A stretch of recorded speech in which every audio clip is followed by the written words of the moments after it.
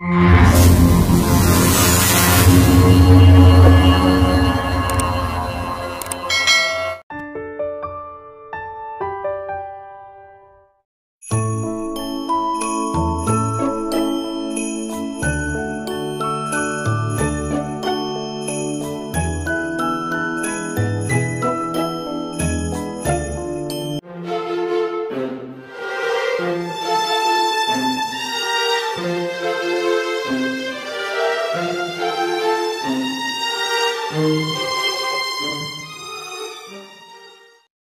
ಒಂದು ತರಗತಿಯಲ್ಲಿ ಕೆ.ವಿ. ತಿರುಮಲೇಶ ಅವರು ಬರೆದಿರುವ ಪೆಂಟಯ್ಯನ ಅಂಗಿ ಪದ್ಯಭಾಗದ ಬಗ್ಗೆ ತಿಳಿದುಕೊಳ್ಳೋಣ. ಪದ್ಯಭಾಗಕ್ಕೆ ಹೋಗೋಕೆ ಮೊದಲು ಕವಿ ಪರಿಚಯವನ್ನು ನೋಡೋಣ.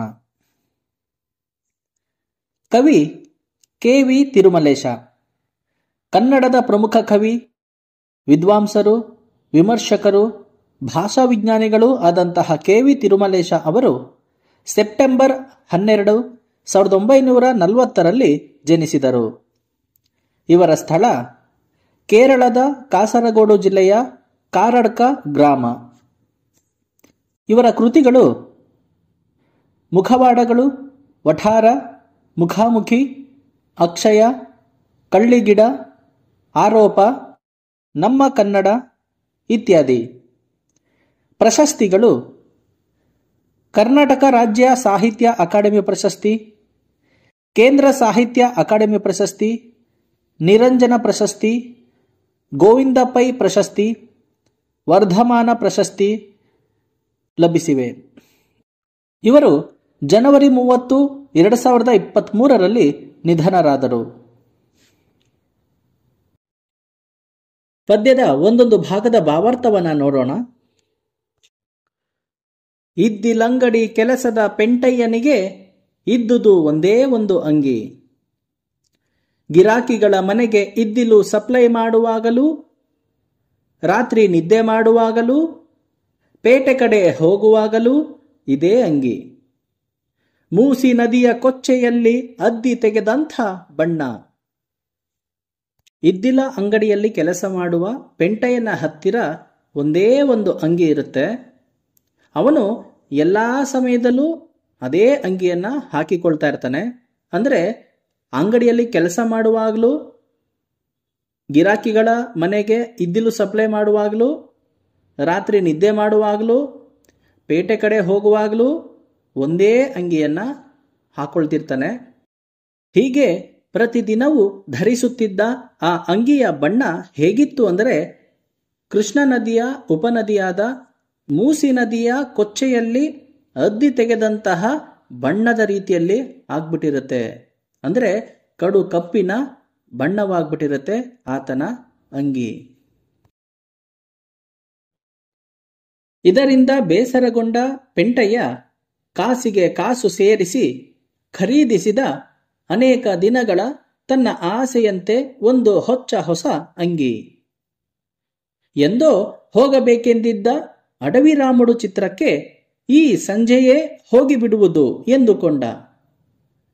ಪೊಲೀಸು ಪಟೇಲನ ಮನೆಗೆ ಅರ್ಜೆಂಟಾಗಿ ಕೊಡಬೇಕಾಗಿದ್ದ ಇದ್ದಿಲ ಸಂಗತಿಯನ್ನು ಮರೆತುಬಿಟ್ಟ.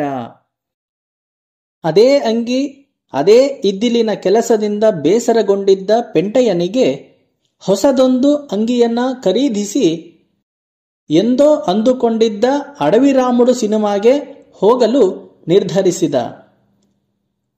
ಅದರಂತೆ ಕಾಸಿಗೆ ಕಾಸು ಉಳಿಸಿ ಸೇರಿಸಿ ಹೊಸದೊಂದು ಅಂಗಿಯನ್ನ ಖರೀದಿಸಿ ತನ್ನ ಬಹುದಿನದ ಬಯಕೆಯನ್ನ ಈಡೇರಿಸಿಕೊಳ್ಳುವ ಸಲುವಾಗಿ ಅವತ್ತಿನ ಸಂಜೆಯೇ ಸಿನಿಮಾಕ್ಕೆ ಹೋಗಲು ನಿರ್ಧರಿಸುತ್ತಾನೆ. ಇದರ ನಡುವೆ ಪೊಲೀಸು ಪಟೇಲನಿಗೆ ಅರ್ಜೆಂಟಾಗಿ ಕೊಡಬೇಕಾಗಿದ್ದ ಇದ್ದಿಲಿನ ವಿಚಾರವನ್ನು ಮರೆತು ಹೊರಟಿರುತ್ತಾನೆ. ಗರಿಗರಿ ಬಿಳಿ ಹಂಗಿ, ಮುಟ್ಟಿದರೆ ಎಲ್ಲಿ ಮುರಿಯುತ್ತದೋ, ತೊಟ್ಟರೆ ಎಲ್ಲಿ ಇಸ್ತ್ರಿಯ ಗೆರೆಗಳು ಮಾಯುತ್ತವೋ ಎಂದುಕೊಂಡೇ ಹಾಕಿ ಹೊರಟಿದ್ದ. ಇದ್ದಿಲಂಗಡಿಗೂ ತನಗೂ ಏನೇನು ಸಂಬಂಧವಿಲ್ಲದಂತೆ ಇದ್ದಿಲಂಗಡಿಯ ಪಕ್ಕದಲ್ಲೇ ನಡೆದು ಹೋದ. ಇನ್ನೇನು ಗೆದ್ದೇನೆನ್ನುವಷ್ಟರಲ್ಲಿ ಎದುರಾದದ್ದು ಮತ್ತಾರೂ ಅಲ್ಲ, ಪೊಲೀಸ್ ಪಟೇಲ. ಅಂದಿನಿಂದ ಯಾತಕ್ಕೆ, ಆ ಕ್ಷಣದಿಂದ ಪೆಂಟಯ್ಯನ ಬಿಳಿ ಅಂಗಿ ಎಂದೂ ಬಿಳಿ ಅಂಗಿಯಾಗಿರಲಿಲ್ಲ. ಅಂದರೆ ಕಾಸಿಗೆ ಕಾಸು ಸೇರಿಸಿ ಪೆಂಟಯ್ಯ ಖರೀದಿಸಿದ್ದ ಹೊಸ ಅಂಗಿ ಗರಿಗರಿಯಾದ ಬಿಳಿಯ ಅಂಗಿ. ಮುಟ್ಟಿದರೆ ಎಲ್ಲಿ ಕೊಳೆಯಾಗುತ್ತದೆಯೋ, ಧರಿಸಿದರೆ ಎಲ್ಲಿ ಇಸ್ತ್ರಿಯ ಗೆರೆಗಳು ಮಾಯವಾಗುತ್ತವೆಯೋ ಎಂದುಕೊಂಡೇ ಹಾಕಿಕೊಂಡು ಸಿನಿಮಾಕ್ಕೆ ಹೊರಟಿದ್ದ. ಸಿನಿಮಾಕ್ಕೆ ಹೋಗುವ ಮಾರ್ಗ ಅವನ ಇದ್ದಿಲ ಅಂಗಡಿಯ ಪಕ್ಕದಲ್ಲಿಯೇ ಇತ್ತು. ಇದ್ದಿಲ ಅಂಗಡಿಗೂ ಅವನಿಗೂ ಯಾವುದೇ ಸಂಬಂಧವಿಲ್ಲದಂತೆ ಅಂಗಡಿಯ ಪಕ್ಕದಲ್ಲಿಯೇ ನಡೆದು ಹೋದನು. ಇನ್ನೇನು ಗೆದ್ದೆ ಎನ್ನುವಷ್ಟರಲ್ಲಿ ಅವನ ಮುಂದೆ ಎದುರಾದದ್ದು ಬೇರೆ ಯಾರೂ ಅಲ್ಲ, ಪೊಲೀಸ್ ಪಟೇಲ. ಪಟೇಲನಿಗೆ ಅತ್ಯಗತ್ಯವಾಗಿ ಬೇಕಾಗಿದ್ದ ಇದ್ದಿಲನ್ನು ಕೊಡದೆ, ಅಂದರೆ ಇದ್ದಿಲು ಕೊಡುವುದನ್ನು ಮರೆತು ಪೆಂಟಯ್ಯ ಹೊರಟಿದ್ದ. ಪಟೇಲ ಎದುರಾದ ಆ ಕ್ಷಣ ಪೆಂಟಯ್ಯನ ಬಹುದಿನದ ಕನಸು ನುಚ್ಚು ನೂರಾಯಿತು.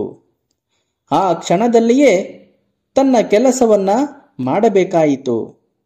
ಹಾಗಾಗಿ ಪೆಂಟಯ್ಯನ ಹೊಸ ಬಿಳಿಯ ಅಂಗಿ ಬಿಳಿಯ ಅಂಗಿಯಾಗಿಯೇ ಉಳಿಯಲಿಲ್ಲ.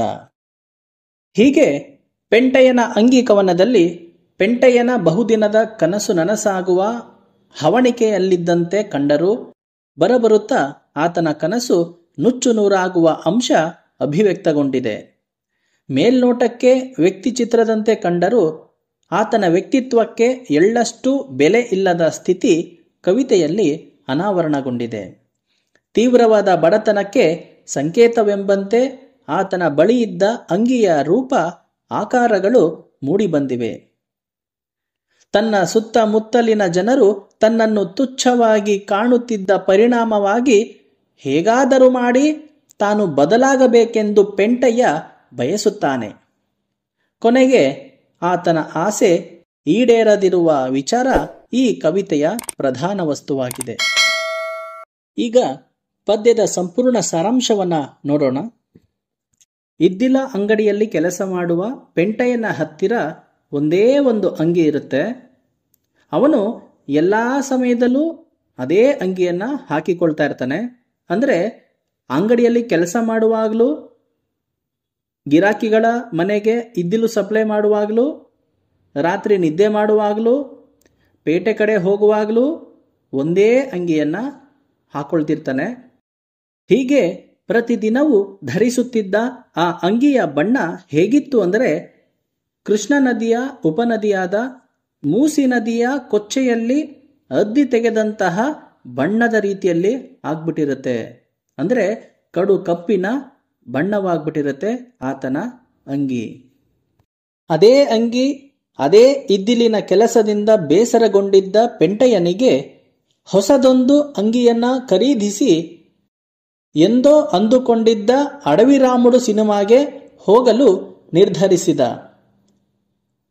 ಅದರಂತೆ ಕಾಸಿಗೆ ಕಾಸು ಉಳಿಸಿ ಸೇರಿಸಿ ಹೊಸದೊಂದು ಅಂಗಿಯನ್ನ ಖರೀದಿಸಿ ತನ್ನ ಬಹುದಿನದ ಬಯಕೆಯನ್ನ ಈಡೇರಿಸಿಕೊಳ್ಳುವ ಸಲುವಾಗಿ ಅವತ್ತಿನ ಸಂಜೆಯೇ ಸಿನಿಮಾಕ್ಕೆ ಹೋಗಲು ನಿರ್ಧರಿಸುತ್ತಾನೆ.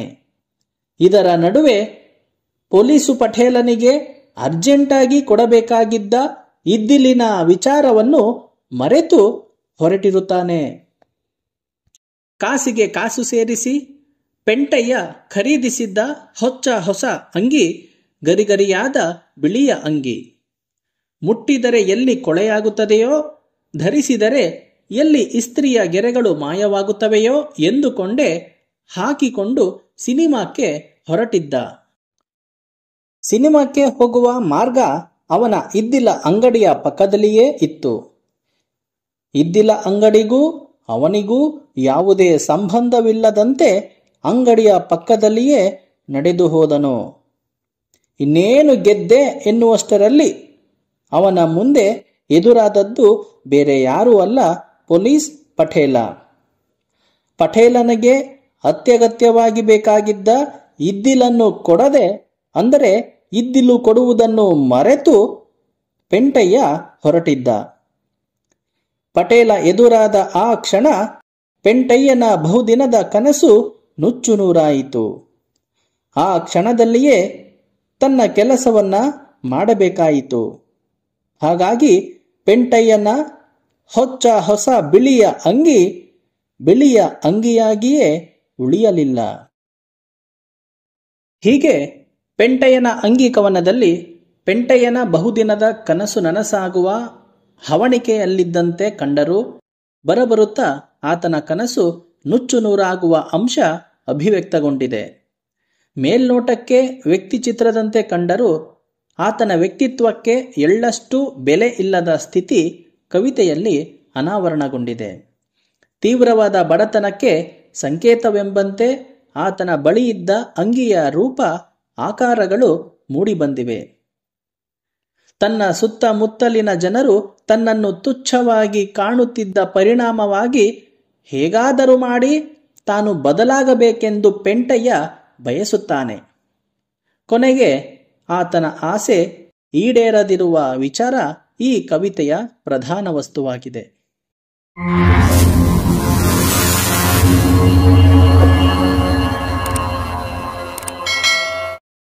ಈ ಒಂದು ತರಗತಿಯಲ್ಲಿ ಕೆ.ಎಸ್. ನಿಸಾರ್ ಅಹಮದ್ ಅವರು ಬರೆದಿರುವ ಅಮ್ಮ ಆಚಾರ ನಾನು ಪದ್ಯಭಾಗದ ಬಗ್ಗೆ ತಿಳಿದುಕೊಳ್ಳೋಣ. ಪದ್ಯಭಾಗಕ್ಕೆ ಹೋಗೋಕೆ ಮೊದಲು ಕವಿ ಪರಿಚಯವನ್ನ ನೋಡೋಣ. ಕನ್ನಡದ ಪ್ರಮುಖ ಕವಿ, ಸಾಹಿತಿ, ಲೇಖಕ, ಬರಹಗಾರರಾಗಿರ್ತಕ್ಕಂತಹ ಕೆ.ಎಸ್. ನಿಸಾರ್ ಅಹಮದ್ ಅವರ ಪೂರ್ಣ ಹೆಸರು ಕೊಕ್ಕರೆ ಹೊಸಳ್ಳಿ ಶೇಖ್ ಹೈದರ್ ನಿಸಾರ್ ಅಹಮದ್. ಇವರು ಫೆಬ್ರವರಿ 5, 1936ರಲ್ಲಿ ಜನಿಸಿದರು. ಇವರ ಸ್ಥಳ ಬೆಂಗಳೂರು ಗ್ರಾಮಾಂತರ ಜಿಲ್ಲೆಯ ದೇವನಹಳ್ಳಿ. ಇವರ ಕೃತಿಗಳು ಮನಸ್ಸು ಗಾಂಧಿ ಬಜಾರು, ಸಂಜೆ 5ರ ಮಳೆ, ನಿತ್ಯೋತ್ಸವ, ಅನಾಮಿಕ ಆಂಗ್ಲರು, ಸ್ವಯಂ ಸೇವೆಯ ಗಿಳಿಗಳು ಇತ್ಯಾದಿ. ಪ್ರಶಸ್ತಿಗಳು: ಇವರಿಗೆ ಕರ್ನಾಟಕ ಸಾಹಿತ್ಯ ಅಕಾಡೆಮಿ ಪ್ರಶಸ್ತಿ, ಮಾಸ್ತಿ ಪ್ರಶಸ್ತಿ, ಪದ್ಮಶ್ರೀ ಪ್ರಶಸ್ತಿ, ವಿಶ್ವಮಾನವ ಪ್ರಶಸ್ತಿ, ಗೊರೂರು ಪ್ರಶಸ್ತಿ, ಅನಕ್ರು ಪ್ರಶಸ್ತಿ, ಕೆಂಪೇಗೌಡ ಪ್ರಶಸ್ತಿ, ಪಂಪ ಪ್ರಶಸ್ತಿ, ರಾಜ್ಯೋತ್ಸವ ಪ್ರಶಸ್ತಿ, ನಾಡೋಜ ಪ್ರಶಸ್ತಿ ಮುಂತಾದಂತಹ ಪ್ರಶಸ್ತಿ ಪುರಸ್ಕಾರಗಳು ಲಭಿಸಿವೆ. ಪದ್ಯವನ್ನು ಒಂದು ಬಾರಿ ಓದುತ್ತೇನೆ. ತದನಂತರ ಪದ್ಯದ ಸಂಪೂರ್ಣ ಸಾರಾಂಶವನ್ನ ತಿಳಿದುಕೊಳ್ಳೋಣ. ಪದ್ಯ ಅಮ್ಮ ಆಚಾರ ನಾನು. ಕವಿ ಕೆ.ಎಸ್. ನಿಸಾರ್ ಅಹಮದ್.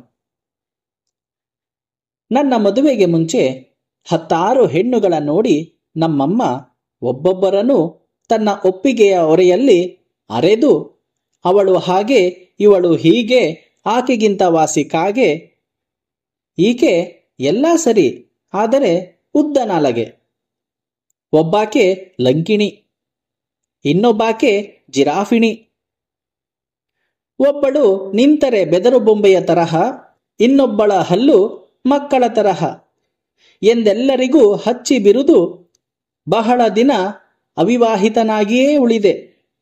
ಅಮ್ಮ ನನ್ನ ಮನಸಾರೆ ಹಳಿದೆ. ಅಮ್ಮ ಕಟ್ಟಾ ಸಂಪ್ರದಾಯಸ್ಥೆ. ಕುರಾನು, ನಮಾಜು, ರಂಜಾನಿನ ಉಪವಾಸ, ಧಾರ್ಮಿಕಾಚಾರಗಳಲ್ಲಿ ಹೇಳತೀರದ ಆಸ್ಥೆ. ಬುರ್ಖಾ ತೊಡದೆ ಬೀದಿಯಲ್ಲಿ ಹಾದು ಹೋಗುವ ನಮ್ಮವರ ಹೆಣ್ಣುಗಳ ಕಂಡು ಕಿಡಿಕಿಡಿಯಾಗಿ ಹೆಚ್ಚು ಕಲಿತ ಭಜಾರಿಗಳ ಹಣೆಬರಹವೇ ಇಷ್ಟು. ದೇವರು ಧರ್ಮಗಳ ಭಯವಿರದೆ ಎಳ್ಳಷ್ಟು. ಗಂಡಸರೆದುರು ಮೈ ಪ್ರದರ್ಶಿಸುವ ಗಂಡು ಬೀರಿಗಳು ಗಂಡಂದಿರ ಜೊತೆ ಬಾಳಿಯಾರೆ. ಇಂಥವರನ್ನ ನನ್ನ ಮಗನಿಗೆಂದು ತಾರೆನೆಂದು ಪ್ರತಿಜ್ಞಿಸಿ ಸದಾ ಬುರ್ಕ ತೊಡುವ ಕರಡಿಯನ್ನ, ಆಧುನಿಕ ವಿದ್ಯಮಾನಗಳ ಕಂಡರಿಯದ ಕುರುಡಿಯನ್ನ, ಹಳ್ಳಿ ಮೊದ್ದನ್ನ ಮೆಚ್ಚಿ ನನ್ನ ಕೇಳಿದಾಗ ನಾನೋ ಬೆಚ್ಚಿ ಖುದ್ದಾಗಿ ನೋಡಿ ಒಪ್ಪಿದ ವಿದ್ಯಾವಂತೆಯ ಕೈ ಹಿಡಿಯುವೆನೆಂದಾಗ, ಓದಿದವರು ಹಾಳಾಗ ನಾನೇನು ಓದಿದ್ದೇನೋ ಪೆದ್ದ, ಮದುವೆಗೆ ಮುಂಚೆ ಹುಡುಗ ಹೆಣ್ಣು ನೋಡುವುದು ಧರ್ಮ ನಿಷಿದ್ಧ, ನಾವೆಲ್ಲ ಕಣ್ಣು ಮುಚ್ಚಿ ಹೆಣ್ಣ ಮೆಚ್ಚಿ ಗಂಟು ಹಾಕುವೆವೇ ಎಂದು ಬಾಯಿ ಮುಚ್ಚಿಸಿದಳು. ತನ್ನ ಮೇಲಿನ ನನ್ನ ಜಿಗುಪ್ಸೆ ಹೆಚ್ಚಿಸಿದಳು. ಅಪ್ಪ ಉದಾರಿ, ಮಗ ತಾನೇ ಆರಿಸಿಕೊಳ್ಳಲಿ ಭವಿಷ್ಯದ ದಾರಿ. ಹೆತ್ತವರು ನಾವೇಕೆ ಆಗುವುದು ತಡೆ, ಆ ಯೋಚನೆ ಬಿಟ್ಟು ಬಿಡೆ ಎಂದು ಎಚ್ಚರಿಸಿದಾಗ ಅಮ್ಮ ಅನ್ನ ನೀರು ಬಿಟ್ಟು ಗಳಗಳ ಹತ್ತು ಉರಲು ಬಾವಿ ಬೆಂಕಿಗಳ ಉಚ್ಚರಿಸಿದಾಗ ತೆಪ್ಪಗಾದೆ. ಅಪ್ಪ ಲೋಕ ಕಂಡವರು, ಹಾಗೆ ಅಮ್ಮನ ಕೋಪ ಹಠ ಕಂಡವರು. ವಿಪರೀತಕ್ಕೆ ಬಂತು ತಗಾದೆ ಎನಿಸಿ ಮುಂದೇನೂ ತೋಚದೆ ನಿನ್ನಿಷ್ಟವೆಂದರು. ರಾತ್ರಿಯೆಲ್ಲ ಕೋಣೆಯ ದೀಪ ಉರಿಸಿ ಸಿಗರೇಟು ಹಚ್ಚಿ ಶತಪಥಿಸಿ ಒಳಗೊಳಗೇ ನೊಂದರು. ಒಂದು ದಿನ ಅಮ್ಮನಿಗೆ ಜ್ಞಾನೋದಯವಾಯಿತೆಂದೆನಿಸಿತು. ಊಟಕ್ಕೆ ಕುಳಿತಿದ್ದಾಗ, ನಿನ್ನಿಷ್ಟದಂತೆ ಓದಿದವಳನ್ನೇ ಮದುವೆಯಾಗಪ್ಪ ಎಂದಾಗ ಅಪನಂಬಿಕೆಯೊಂದಿಗೆ, ಅಚ್ಚರಿಯೊಂದಿಗೆ, ಖುಷಿಯೊಂದಿಗೆ ಭಯ ಬೆಳೆದು ಕೈ ತೊಳೆದು ಎದ್ದೆ ಬೇಗ. ಆ ಡಬಲ್ ಪದವೀಧರೆಯ ಭಾವಚಿತ್ರವನ್ನ ಇಡೀ ದಿನ ನೆಟ್ಟು ಕಣ್ಣ ತೂಗಿ ಅಳೆದು ವಿಳಾಸ ತಿಳಿದು ಹತ್ತಿರದಲ್ಲೇ ಕಂಡು ಮೆಚ್ಚಿ ನಿಶ್ಚಿತಾರ್ಥ, ಶಾಸ್ತ್ರ, ಮದುವೆ ಎಲ್ಲ ಮುಗಿಯಿತು. ಮನಸ್ಸು ಅಮ್ಮನಿಗೆ ಮೌನದಲ್ಲೇ ಕೈ ಮುಗಿಯಿತು. ಮೊದಲ ಸಲ ತಿರುಗಾಡಲು ಹೊರಟಾಗ ನನ್ನಾಕೆ ತೋಳಿಲ್ಲದ ರವಿಕೆಯುಟ್ಟು ಭಾರಿ ಸೀರೆಯನ್ನ ಸೊಂಟದ ಕೆಳಗೆ ನಾಜೂಕಾಗಿ ಕಟ್ಟಿ, ಕಾಲಿಗೆ ಹೈಹಿಂಡು ಕೆರ, ಕೊರಳಿಗೆ ಚಿನ್ನದ ಸರ, ಕಿವಿಗೆ ಬೆರಳಿಗೆ ಉಂಗುರ ತೊಟ್ಟು, ಲಿಪ್ಸ್ಟಿಕ್ಕು ಪೌಡರು ರೂಜು ಬಳಿದು ದೃಷ್ಟಿ ಬೊಟ್ಟಿಟ್ಟು, ಹೆರಳ ಗೋಪುರದಲ್ಲಿ ಕೂದಲ ಬಿಗಿದು ಎಡಬೈತಲೆ ತೆಗೆದು, ಇವೆಲ್ಲವನ್ನು ಮೀರಿಸುವ ಮುಗುಳ್ನಗೆ ತೀಡಿ, ಹೊಸಿಲ ಇನ್ನೇನು ದಾಟಬೇಕು, ಆಗ ಬಂದೆ ತಡೆಯಿರಿ ಎಂದು ಒಳಗೋಡಿ ಬಂದು ನಡೆಯಿರಿ ಎಂದಾಗ ತಲೆ ಸುತ್ತಿ ನಾಲಿಗೆ ಬತ್ತಿ ನಾನಾದೆ ಮೂಕ. ನೋಡಿದರೆ ಹುಟ್ಟಿದ್ದಳು ನಮ್ಮಮ್ಮನ ಬುರ್ಖ. ಪದ್ಯದ ಸಂಪೂರ್ಣ ಸಾರಾಂಶವನ್ನ ನೋಡೋಣ. ಕೆ.ಎಸ್. ನಿಸಾರ್ ಅಹಮದ್ ರವರು ಬರೆದಿರುವ ಅಮ್ಮ ಆಚಾರ ನಾನು ಈ ಕವಿತೆ ಸಂಪ್ರದಾಯಬದ್ಧ ಅಮ್ಮನ ಆಶೋತ್ತರಗಳನ್ನು ಈಡೇರಿಸುವ ಕವಿತೆಯಾಗಿದೆ. ಇಸ್ಲಾಂ ಸಂಪ್ರದಾಯಗಳನ್ನು ಎಡಬಿಡದೆ ತಾಯಿ ತನ್ನ ಮಗನಿಗೆ ಹೆಣ್ಣು ಹುಡುಕುವ ಸಂದರ್ಭ ಈ ಕವಿತೆಯ ವಸ್ತು ವಿಷಯವಾಗಿದೆ. ತಾಯಿಯಾದವಳು ತನ್ನ ಮಗನ ಭವಿಷ್ಯದ ಬಗ್ಗೆ ಏನೆಲ್ಲ ಕನಸುಗಳನ್ನ ಇಟ್ಟುಕೊಂಡು ಆಶಾವಾದಿಯಾಗಿ ಜೀವನ ಸಾಗಿಸುತ್ತಾಳೆ. ತಾಯಿಯ ಮನದಾಸೆಯಂತೆಯೇ ಸಂಪ್ರದಾಯಬದ್ಧ ಹೆಣ್ಣು ಮಗಳೇ ದೊರಕುವಂತಾಗುತ್ತದೆ. ತನ್ನ ಮಗ ಮದುವೆಯ ವಯಸ್ಸಿಗೆ ಬಂದಾಗ ತಾಯಿಯಾದವಳು 10 ಕಡೆ ಹೆಣ್ಣನ್ನು ನೋಡುವಾಗ ತನ್ನಿಷ್ಟದಂತೆ ಹುಡುಕುತ್ತಾಳೆ.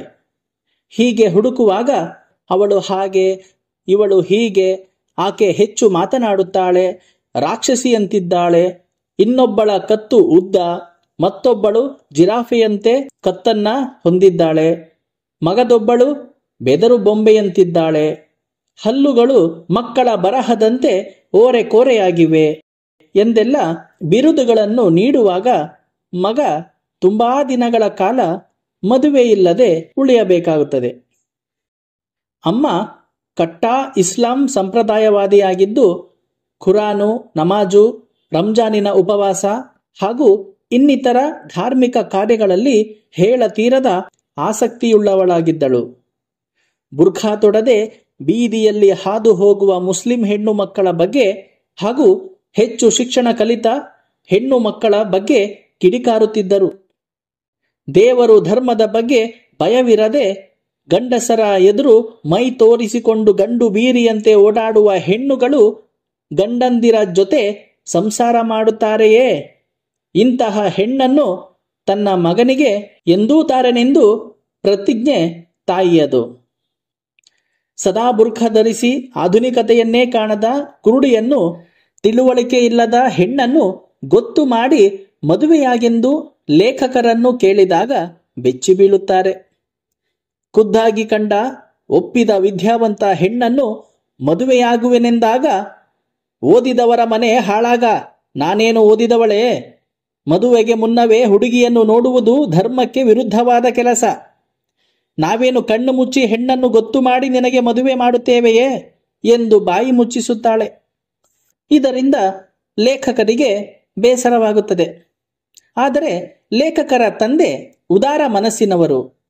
ಮಗ ತನ್ನ ಭವಿಷ್ಯವನ್ನ ತಾನೇ ರೂಪಿಸಿಕೊಳ್ಳಲಿ, ಹೆತ್ತವರು ಅಡ್ಡವಾಗಬಾರದೆಂದು ತನ್ನ ಹೆಂಡತಿಗೆ ಎಚ್ಚರಿಸುತ್ತಾನೆ. ಆದರೂ ತಾಯಿ ತನ್ನ ಹಠ ಬಿಡದೆ ಗಳಗಳನೆ ಹತ್ತು ಅನ್ನ ನೀರನ್ನು ಬಿಟ್ಟು ಸಾಯುವ ಎಚ್ಚರಿಕೆಯನ್ನು ನೀಡುತ್ತಾಳೆ. ತಂದೆ ಲೋಕಜ್ಞಾನವನ್ನು ಬಲ್ಲವರು.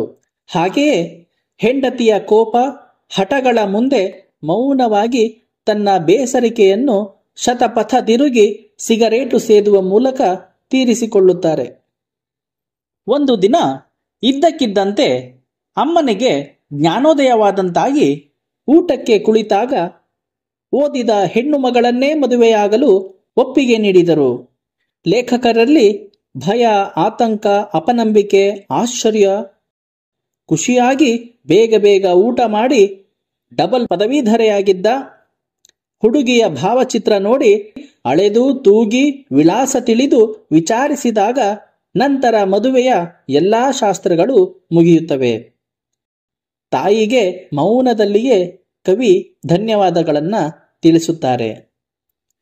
ಮದುವೆಯಾದ ಹೊಸದರಲ್ಲಿ ಹೊರಗಡೆ ಸುತ್ತಾಡಲು ಹೊರಟಾಗ ಲೇಖಕರ ಹೆಂಡತಿ ಈಗಿನ ಕಾಲದ ಆಧುನಿಕ ಹೆಣ್ಣಿನ ಹಾಗೆ ತೋಳಿಲ್ಲದ ರವಿಕೆಯುಟ್ಟು ಒಳ್ಳೆಯ ಸೀರೆಯನ್ನ ಸೊಂಟದ ಕೆಳಗೆ ನಾಜೂಕಾಗಿ ಕಟ್ಟಿ, ಕಾಲಿಗೆ ಹೈ ಹೀಲ್ಡು ಚಪ್ಪಲಿ ಮೆಟ್ಟು, ಕಿವಿಗೆ ಬೆರಳಿಗೆ ಉಂಗುರ ತೊಟ್ಟು, ಕೊರಳಿಗೆ ಚಿನ್ನದ ಸರ ಧರಿಸಿ, ತುಟಿಗೆ ಲಿಪ್ಸ್ಟಿಕ್ಕು ಬಳಿದು, ಪೌಡರು ಹಾಕಿಕೊಂಡು, ದೃಷ್ಟಿ ಬೊಟ್ಟನ್ನು ಇಟ್ಟುಕೊಂಡು, ಗೋಪುರದ ಹಾಗೆ ತಲೆ ಕೂದಲನ್ನು ಎಡಬೈತಲೆ ತೆಗೆದು ಬಿಗಿದು ಕಟ್ಟಿ, ಇದೆಲ್ಲವನ್ನು ಮೀರಿಸುವ ಮುಗುಳ್ನಗೆ ನೀಡಿ, ಇನ್ನೇನು ಮನೆಯ ಒಳಗಿಂದ ಹೊಸಿಲ ದಾಟಿ ಹೊರಗೆ ಹೋಗಬೇಕು ಎನ್ನುವಷ್ಟರಲ್ಲಿ ಬಂದೆ ತಡೆಯಿರಿ ಎಂದು ಹೇಳುತ್ತಾ ಲೇಖಕರ ಪತ್ನಿ ಒಳ ಹೋಗಿ ಬಂದು ನಡೆಯಿರಿ ಎಂದಾಗ ಹೆಂಡತಿಯನ್ನು ನೋಡಿ ಲೇಖಕರಿಗೆ ಆಶ್ಚರ್ಯವಾಯಿತು. ಆಶ್ಚರ್ಯವಾಗಿ ಮಾತೇ ಬರುವುದಿಲ್ಲ. ಏಕೆಂದರೆ ಲೇಖಕರು ತನ್ನ ಹೆಂಡತಿ ಡಬಲ್ ಪದವೀಧರೆ, ಈಗಿನ ಕಾಲದ ಆಧುನಿಕ ಹೆಣ್ಣು, ಆಕೆ ಬುರ್ಖಾ ಸಂಪ್ರದಾಯವನ್ನ ಪಾಲಿಸುವುದಿಲ್ಲ ಎಂದುಕೊಂಡರೆ ಹೊರ ಹೋಗಲು ಅಷ್ಟು ಚೆನ್ನಾಗಿ ರೆಡಿಯಾಗಿದ್ದ ಆಕೆ ಲೇಖಕರ ಅಮ್ಮನ ಬುರ್ಖಾ ಹಾಕಿಕೊಂಡು ಬಂದಿದ್ದಳು. ಹೀಗೆ ಲೇಖಕರ ಹೆಂಡತಿ ಆಧುನಿಕತೆಯ ಹೆಣ್ಣಾಗಿ ಹೊರಟಳಾದರೂ ಸಂಪ್ರದಾಯಬದ್ಧಳಾದ ಅವಳು ತನ್ನ ಅತ್ತೆಯ ಬುರ್ಖಾವನ್ನು ಧರಿಸಿರುತ್ತಾಳೆ. ಲೇಖಕರ ತಾಯಿಯ ಮನದಾಸೆಯಂತೆ ಆಕೆ ಸಂಪ್ರದಾಯಬದ್ಧ ಹೆಣ್ಣಾಗಿರುತ್ತಾಳೆ. ಒಟ್ಟಾರೆಯಾಗಿ ಸಂಪ್ರದಾಯಸ್ಥ ಅಮ್ಮನ ನಂಬಿಕೆಯ ವಿರುದ್ಧ ಕವಿಗೆ ನ್ಯಾಯ ಸಿಗುತ್ತದೆಯೇ ಎಂಬ ಅಂಶ ಈ ಕವನದಲ್ಲಿ ಮೂಡಿಬಂದಿದೆ. ಸಾಂಪ್ರದಾಯಿಕ ಚೌಕಟ್ಟಿನಲ್ಲಿ ಬೆಳೆದ ಹೆಣ್ಣೊಬ್ಬಳು ಉಳಿದ ಹೆಣ್ಣು ಮಕ್ಕಳನ್ನು ತನ್ನ ಕಣ್ಣಳತೆಯಲ್ಲಿ ಅಳೆದು ತೂಗಿ ನೋಡಿ ಮಗನಿಗೆ ಸೂಕ್ತವೆನಿಸುವ ಹಾಗೆ ಆಯ್ಕೆ ಮಾಡಿಕೊಳ್ಳಲು ತೊಡಗಿರುವುದು ಮಗನ ಮೇಲಿನ ಪ್ರೀತಿಯಿಂದ ಎಂಬುದು ಇಲ್ಲಿ ನಿರೂಪಿತವಾಗಿದೆ. ಆದರೆ ತಾಯಿ ತನ್ನ ನಿಶ್ಚಿತ ಮನೋಭಾವವನ್ನು ಬದಲಿಸಿಕೊಂಡು ಕವಿಗಳ ಮನದಾಸೆಯಂತೆ ವಿದ್ಯಾವಂತ ಹೆಣ್ಣು ಮಗಳನ್ನು ಮದುವೆಯಾಗಲು ಅನುಮತಿ ನೀಡುವುದು ಏಕಕಾಲಕ್ಕೆ ಕವಿಗಳಲ್ಲಿ ಆಶ್ಚರ್ಯ, ಖುಷಿ, ಭಯಗಳನ್ನು ವ್ಯಕ್ತಪಡಿಸುತ್ತದೆ. ಇಂಥ ನಿರ್ಧಾರದಿಂದ ತಾಯಿಯಲ್ಲಿ ಮೂಡಿಬಂದ ವೈಚಾರಿಕತೆಯ ಮನೋಭಾವವನ್ನು ಲೇಖಕರು ಬೆರಗುಗಣ್ಣಿನಿಂದ ಕಾಣುತ್ತಾರೆ. ಅದೇ ರೀತಿ ಸುಶಿಕ್ಷಿತ ಹೆಣ್ಣು ಮಗಳು ಹೇಗೆ ಸಂಪ್ರದಾಯ ನಿಷ್ಠರಾಗಿರುತ್ತಾರೆ ಎಂಬ ಚರ್ಚೆಯೂ ಇಲ್ಲಿದೆ. ಶಿಕ್ಷಣದಿಂದ ಎಂತಹ ಬದಲಾವಣೆಯನ್ನು ಬೇಕಾದರೂ ತರಬಹುದು. ಆದರೆ ಅಂತಹ ಶಿಕ್ಷಣವೇ ನಮ್ಮ ಮುಂದೆ ಹಲವಾರು ಪ್ರಶ್ನೆಗಳನ್ನು ತಂದಿಟ್ಟಿರುವ ವಿಚಾರ ಈ ಕವನದಲ್ಲಿ ನಿರೂಪಿತವಾಗಿದೆ.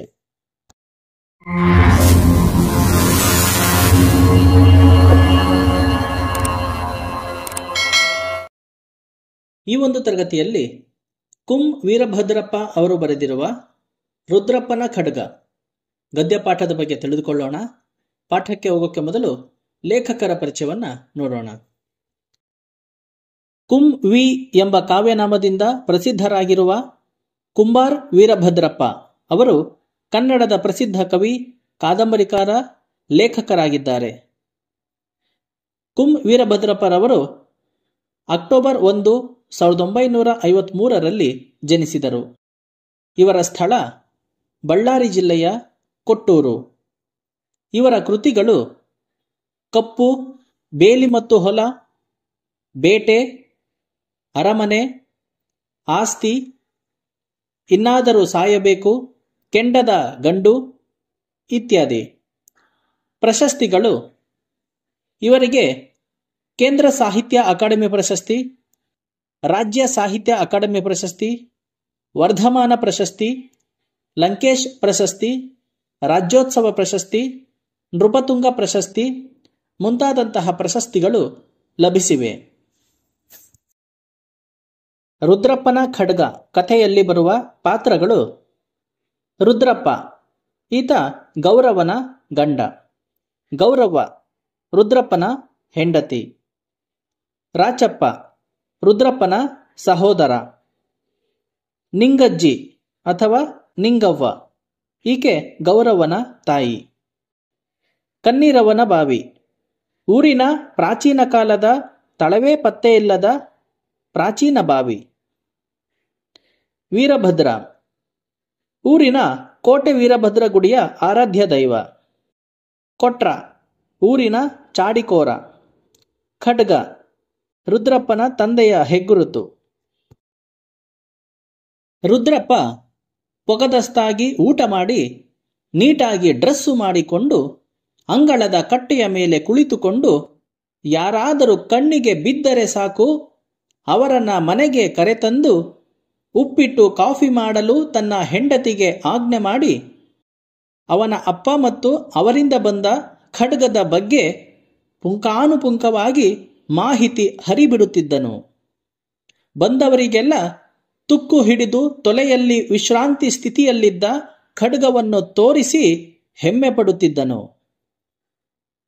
ಗೌಡರ ಮನೆಯಲ್ಲಿ ಅಪ್ಪನ ಆಸ್ತಿ ವಿಚಾರಕ್ಕಾಗಿ ಹೊರಟ ರುದ್ರಪ್ಪನಿಗೆ ಅವನ ಸಹೋದರನಿಂದ ಸಿಕ್ಕಿದ್ದು ಕೇವಲ ತಂದೆಯ ಖಡ್ಗ. ಅಲ್ಲಿಂದೀಚೆಗೆ ರುದ್ರಪ್ಪ ಬದಲಾಗಿ ಹೋದನು. ಯಾರೊಂದಿಗಾದರೂ ಖಡ್ಗದ ಬಗ್ಗೆ ಹೇಳದ ಹೊರತು ಊಟ ಮಾಡುತ್ತಿರಲಿಲ್ಲ. ಖಡ್ಗದ ವಿಚಾರವಾಗಿ ತನ್ನ ಪತ್ನಿ ಮತ್ತು ನಿಂಗವ್ವನ ಮೇಲೆ ಹರಿಹಾಯುತ್ತಿದ್ದನು. ಖಡ್ಗ ರುದ್ರಪ್ಪನಿಗೆ ಒಣ ಪ್ರತಿಷ್ಠೆಯ ಸಂಕೇತವಾಗಿತ್ತು. ಖಡ್ಗದ ದೆಸೆಯಿಂದ ರುದ್ರಪ್ಪ ಹೊಲ ಮನೆ ಕೆಲಸಗಳಲ್ಲಿ ತಲೆ ಹಾಕದೆ ಖಡ್ಗದ ಗುಣಗಾನ ಮಾಡುತ್ತಾ ಸೋಂಬೇರಿಯಾಗತೊಡಗಿದ್ದನು. ಇದನ್ನರಿತ ತಾಯಿ ಮತ್ತು ಮಗಳು ರುದ್ರಪ್ಪನಿಗೆ ತಿಳಿಯದಂತೆ ಖಡ್ಗ ಮಾಯ ಮಾಡಲು ಅದನ್ನು ಯಾರಿಗೂ ಕಾಣದಂತೆ ಕದದ ಹಿಂದಿನ ನೆಲ ಅಗೆದು ಖಡ್ಗವನ್ನು ಹುಗಿದು ಅದರ ಮೇಲೆ ಜೋಳದ ಗುಮ್ಮಿ ಸುರಿಸಿಬಿಟ್ಟರು. ಆದರೆ ರುದ್ರಪ್ಪ ಹೇಗೋ ಪತ್ತೆ ಮಾಡಿ ಹೆಂಡತಿ ಮತ್ತು ಅತ್ತೆ ಮೇಲೆ ಬೈಗುಳ ಮಳೆ ಸುರಿಸಿ ಎಚ್ಚರಿಕೆ ನೀಡಿದ್ದನು. ಹೆಂಡತಿ ಮತ್ತು ಅತ್ತೆ ಎರಡನೇ ಬಾರಿ ಬಹಳ ಯೋಚಿಸಿ, ನಮ್ಮ ಜೀವ ಹೋದರೂ ಸರಿಯೇ, ಈ ಬಾರಿ ಖಡ್ಗವನ್ನು ಊರಿನ ಪ್ರಾಚೀನ ಬಾವಿಯಾದ ಕನ್ನೀರವನ ಬಾವಿಗೆ ಹಾಕಿಸಿಬಿಡೋಣ ಎಂದು ನಿರ್ಧರಿಸಿ ರಾತ್ರಿ ವೇಳೆ ಬಾವಿಯೊಳಗೆ ಖಡ್ಗ ಎಸೆದು ಬಂದರು.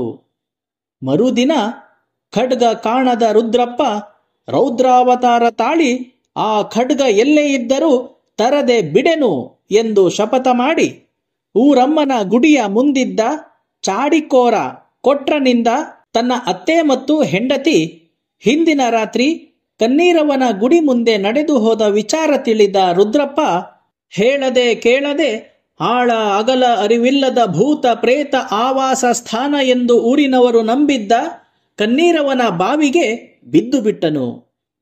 ವಿಚಾರ ತಿಳಿದು ಊರಿನ ಮಂದಿಯೆಲ್ಲ ಅಲ್ಲಿ ಜಮಾಯಿಸಿದರು. ಅತ್ತೆ ಮತ್ತು ಮಗಳು ರುದ್ರಪ್ಪ ತೀರಿಕೊಂಡನು ಎಂದು ಎದೆ ಬಡಿದು ಅಳುವಷ್ಟರಲ್ಲಿ ರುದ್ರಪ್ಪ ಬಾವಿಯೊಳಗಿನಿಂದ ಖಡ್ಗವನ್ನು ಹಿಡಿದು ಹೊರಬಂದನು. ಖಡ್ಗದ ಸಲುವಾಗಿ ಮನೆ ಬಿಡಲು ಸಿದ್ಧನಾದ ರುದ್ರಪ್ಪನಿಗೆ ಅತ್ತೆ ಪಂಚಾಯಿತಿ ಸೇರಿಸಿ ರುದ್ರಪ್ಪ ಊರು ಬಿಡದಂತೆ ತಡೆಯಲು ಮುಂದಾದಳು. ಆದರೆ ಖಡ್ಗದ ಹುಚ್ಚು ಮೊದಲಿಗಿಂತಲೂ ಈಗ ಹೆಚ್ಚಾಯಿತು ರುದ್ರಪ್ಪನಿಗೆ. ಒಂದು ದಿನ ಕೊಟ್ಟೂರಿನ ಬೆಣ್ಣೆ ಬಸವರಾಜನ ತಂಡದ ಸಮಳವಾದನ ಸದ್ದು ಕಿವಿಗೆ ಕೇಳಿ ರುದ್ರಪ್ಪ ಹೊರಬಂದು ನೋಡಿದಾಗ ಅಲ್ಲಿ ವೀರಭದ್ರ ವೇಷಧಾರಿ ಮತ್ತು ಅವನ ಉಡುಪುಗಳನ್ನು ನೋಡುತ್ತಾ ವಾದ್ಯ ನುಡಿಸುವ ಶಬ್ದ ಕೇಳಿ ರುದ್ರಪ್ಪ ಗಡಗಡ ನಡುಗುತ್ತಿದ್ದುದನ್ನು ಕಂಡ ನಿಂಗವ್ವನ ತಲೆಯಲ್ಲಿ ಉಪಾಯ ಹೊಳೆದಂತಾಗಿ ಸರಸರನೆ ಮನೆಯಲ್ಲಿದ್ದ ರುದ್ರಪ್ಪನ ಖಡ್ಗವನ್ನು ಸೀರೆಯಲ್ಲಿ ಯಾರಿಗೂ ಕಾಣದಂತೆ ಬಚ್ಚಿಟ್ಟುಕೊಂಡು ಕೋಟೆ ವೀರಭದ್ರನ ದೇವಾಲಯಕ್ಕೆ ತೆರಳಿ ವೀರಭದ್ರ ದೇವರಿಗೆ ಆ ಖಡ್ಗ ಒಪ್ಪಿಸಿ ಬಂದು ಬಿಟ್ಟಳು.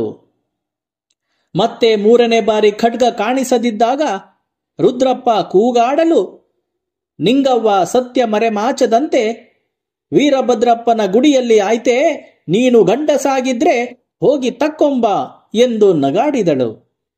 ಅತುಲ ಪರಾಕ್ರಮಗಳಿಂದ ಗುಡಿಗೆ ಹೋದ ರುದ್ರಪ್ಪ ವೀರಭದ್ರ ದೇವನ ರೌದ್ರಾವತಾರಗಳನ್ನು ನೆನೆಸಿಕೊಂಡು ಭಯಭೀತನಾಗಿ ಖಡ್ಗ ತರಲು ಸಾಧ್ಯವಾಗದೆ ಪಿತ್ರಾರ್ಜಿತ ಪರಾಕ್ರಮ ಕಳೆದುಕೊಂಡವನಂತೆ ಮನೆಯ ಕಟ್ಟೆಯ ಮೇಲೆ ಶಾಂತವಾಗಿ ಕುಳಿತು ಬಿಟ್ಟನು. ಹೀಗೆ ಈ ಕಥೆಯಲ್ಲಿ ಗಂಡಿನ ಅಹಂಕಾರ ಮತ್ತು ಹೆಣ್ಣಿನ ಅಳಲು ಕಥೆಯ ಉದ್ದಕ್ಕೂ ಕಾಣಬಹುದಾಗಿದೆ. ಆಸ್ತಿ ಇಲ್ಲದಿದ್ದರೂ ಶ್ರೇಷ್ಠ ವಂಶದವನೆಂಬ ಒಣ ಜಂಬದಿಂದ ಬೀಗುತ್ತಾ ದುಡಿಯದೆ ಸೋಮಾರಿಯಾಗಿದ್ದ ರುದ್ರಪ್ಪನ ವ್ಯಕ್ತಿತ್ವದ ಪ್ರತೀಕವಾದ ತುಕ್ಕು ಹಿಡಿದ ಖಡ್ಗ ಅವನ ಪೊಳ್ಳು ಪ್ರತಿಷ್ಠೆಯ ಸಂಕೇತವಾಗಿ ಮೂಡಿಬಂದಿದೆ.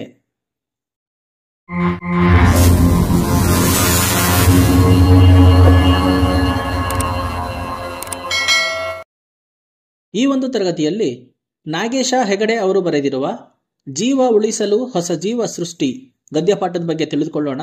ಪಾಠಕ್ಕೆ ಹೋಗೋಕ್ಕೆ ಮೊದಲು ಲೇಖಕರ ಪರಿಚಯವನ್ನ ನೋಡೋಣ. ಕನ್ನಡದ ಪ್ರಮುಖ ಕವಿ, ಲೇಖಕರು, ಶಿಕ್ಷಕ, ಪರಿಸರವಾದಿ, ಪತ್ರಕರ್ತರಾದ ನಾಗೇಶ ಹೆಗಡೆ ಅವರು ಫೆಬ್ರವರಿ 14, 1948ರಲ್ಲಿ ಜನಿಸಿದರು. ಇವರ ಸ್ಥಳ ಉತ್ತರ ಕನ್ನಡ ಜಿಲ್ಲೆಯ ಸಿದ್ದಾಪುರ. ಇವರ ಕೃತಿಗಳು ಇರುವುದೊಂದೇ ಭೂಮಿ, ಗಗನ ಸಖಿಯರ ಸೆರಗ ಹಿಡಿದು, ನಮ್ಮೊಳಗಿನ ಬ್ರಹ್ಮಾಂಡ, ಗುರುಗ್ರಹದಲ್ಲಿ ದೀಪಾವಳಿ ಇತ್ಯಾದಿ. ಪ್ರಶಸ್ತಿಗಳು ಇವರಿಗೆ ಕೆಂಪೇಗೌಡ ಪ್ರಶಸ್ತಿ, ರಾಜ್ಯೋತ್ಸವ ಪ್ರಶಸ್ತಿ, ವಿಶ್ವೇಶ್ವರಯ್ಯ ಪ್ರಶಸ್ತಿ, ಶಿವರಾಮ ಕಾರಂತ ಪ್ರಶಸ್ತಿ, ಕರ್ನಾಟಕ ರಾಜ್ಯ ಸಾಹಿತ್ಯ ಅಕಾಡೆಮಿ ಪ್ರಶಸ್ತಿ ಮೊದಲಾದಂತಹ ಪ್ರಶಸ್ತಿ ಪುರಸ್ಕಾರಗಳು ಲಭಿಸಿವೆ. ಮನುಷ್ಯರ ದೇಹದಲ್ಲಿನ ರಕ್ತ ಕಣಗಳನ್ನೇ ಬದಲಿಸಿ ದೇಹಕ್ಕೆ ಹೊಸತನವನ್ನು ನೀಡುವ ಅದ್ಭುತ ಸಂಶೋಧನೆಯ ಕಡೆಗೆ ಈ ಲೇಖನ ಗಮನ ಸೆಳೆಯುತ್ತದೆ. ಮಾನವ ಕುಲಕ್ಕೆ ಒಳಿತನ್ನುಂಟು ಮಾಡಲು ವಿಜ್ಞಾನವನ್ನು ಹೇಗೆ ಬಳಸಿಕೊಳ್ಳಬಹುದು ಎಂಬ ಚಿಂತನೆಯತ್ತ ಓದುಗರನ್ನು ಕೊಂಡೊಯ್ಯುತ್ತದೆ. ವೈದ್ಯ ಲೋಕದಲ್ಲಿ ಇದುವರೆಗೂ ಸಾವಿರಾರು ಪ್ರಯೋಗಗಳು ನಡೆದಿವೆ. ಅವುಗಳಲ್ಲಿ ಕೆಲವು ಜಯ ಸಾಧಿಸಿದರೆ ಇನ್ನು ಕೆಲವು ಸೋಲು ಕಂಡಿವೆ. ಇಂತಹದೇ ಒಂದು ಘಟನೆ ನ್ಯೂಯಾರ್ಕ್ನಲ್ಲಿ ನಡೆದಿದೆ. ಒಂದು ಜೀವವನ್ನು ಉಳಿಸುವ ಕಾರಣಕ್ಕೆ ಹೊಸ ಜೀವ ಸೃಷ್ಟಿಯಾಯಿತು. 9 ವರ್ಷಗಳ ಹಿಂದೆ ನ್ಯೂಯಾರ್ಕ್ನ ಟೈಮ್ಸ್ ಪತ್ರಿಕೆಯಲ್ಲಿ ಅಕ್ಕ ತಂಗಿ ಕಥೆ ಪ್ರಕಟವಾಗಿತ್ತು. ಅನಿಸಾ ಆಯಲ ಈಕೆ 16 ವರ್ಷದ ಹುಡುಗಿ. ಇವಳು ರಕ್ತ ಕ್ಯಾನ್ಸರ್ ರೋಗದಿಂದ ಬಳಲುತ್ತಿದ್ದಳು. ಇವಳಿಗೆ ಯಾವುದೇ ಚಿಕಿತ್ಸೆ ನೀಡಿದರೂ 5 ವರ್ಷ ಮಾತ್ರ ಬದುಕುತ್ತಾಳೆ ಎಂದು ವೈದ್ಯರು ಹೇಳಿದ್ದರು. ಯಾಕೆಂದರೆ ಅವಳ ಮೂಳೆಯಲ್ಲಿ ಉತ್ಪಾದನೆಯಾಗುವ ಎಲ್ಲ ಹೊಸ ರಕ್ತದ ಕಣಗಳು ಕ್ಯಾನ್ಸರ್ ಕಣಗಳಾಗಿಯೇ ದೇಹದ ತುಂಬ ಓಡಾಡುತ್ತಿದ್ದವು. ಅವರಿವರಿಂದ ರಕ್ತದಾನ ಪಡೆದು ಅವಳನ್ನು ಜೀವಂತ ಇಡಲು ಸಾಧ್ಯ, ಆದರೆ ಅದು ಶಾಶ್ವತವಲ್ಲ. ಇಂಥ ರೋಗಿಗಳನ್ನು ಕಾಪಾಡಲು ಇರುವುದು ಒಂದೇ ದಾರಿ. ಅದುವೇ ಅದೇ ಬಗೆಯ ರಕ್ತ ಕಣಗಳನ್ನು ಉತ್ಪಾದಿಸಬಲ್ಲ ವ್ಯಕ್ತಿಯನ್ನು ಪತ್ತೆ ಮಾಡಿ ಅವರ ಬೆನ್ನು ಮೂಳೆಯಿಂದ ಒಂದಿಷ್ಟು ಮಜ್ಜರಸ ಅಂದರೆ ಬೋನ್ ಮ್ಯಾರೋವನ್ನು ತೆಗೆದು ರೋಗಿಯ ರಕ್ತನಾಳಕ್ಕೆ ಸೇರಿಸಬೇಕು. ಈ ಹೊಸ ಮಜ್ಜರಸ ತಂತಾನೇ ಮೂಳೆಯೊಳಕ್ಕೆ ಸೇರಿ ರಕ್ತದ ಸ್ವಸ್ಥ ಕಣಗಳನ್ನು ಉತ್ಪಾದಿಸಲು ಪ್ರಾರಂಭಿಸುತ್ತದೆ. ಆದರೆ ಅನಿಸಾಳ ತಂದೆ, ತಾಯಿ, ಸೋದರ ಇವರ ಯಾರ ಮಜ್ಜರಸವೂ ಹೊಂದಾಣಿಕೆಯಾಗಲಿಲ್ಲ, ಸಂಬಂಧಿಕರಲ್ಲಿ ಸಿಗಲಿಲ್ಲ. ಅಮೆರಿಕ ದೇಶದಲ್ಲಿ ಟಿವಿ, ರೇಡಿಯೋ, ಪತ್ರಿಕೆಗಳ ಮೂಲಕ ಪ್ರಚಾರ ಮಾಡಿಸಿದರು. ಅದು ಪ್ರಯೋಜನವಾಗಲಿಲ್ಲ. ಈಗ ಇರುವುದು ಒಂದೇ ದಾರಿ. ಅದು ಅನಿಸಾಳ ತಾಯಿ ಗರ್ಭಧರಿಸಿ ದೇವರ ದಯೆಯಿಂದ ಆ ಮಗುವಿನಲ್ಲಿನ ರಕ್ತ ಅನಿಸಾಳಿಗೆ ಹೊಂದಾಣಿಕೆಯಾದರೆ ಆಕೆ ಬದುಕುವಳು. ಆದರೆ ಇದು ಸುಲಭವಾಗಿರಲಿಲ್ಲ. ಅನಿಸಾಳ ತಂದೆ 15 ವರ್ಷಗಳ ಹಿಂದೆ ಸಂತಾನಹರಣ ಶಸ್ತ್ರಚಿಕಿತ್ಸೆ ಮಾಡಿಸಿಕೊಂಡಿದ್ದ. ಈಗ ಮತ್ತೆ ಶಸ್ತ್ರಚಿಕಿತ್ಸೆ ಮಾಡಬೇಕು. ಅದು 40% ಮಾತ್ರ ಯಶಸ್ವಿಯಾಗುತ್ತದೆ.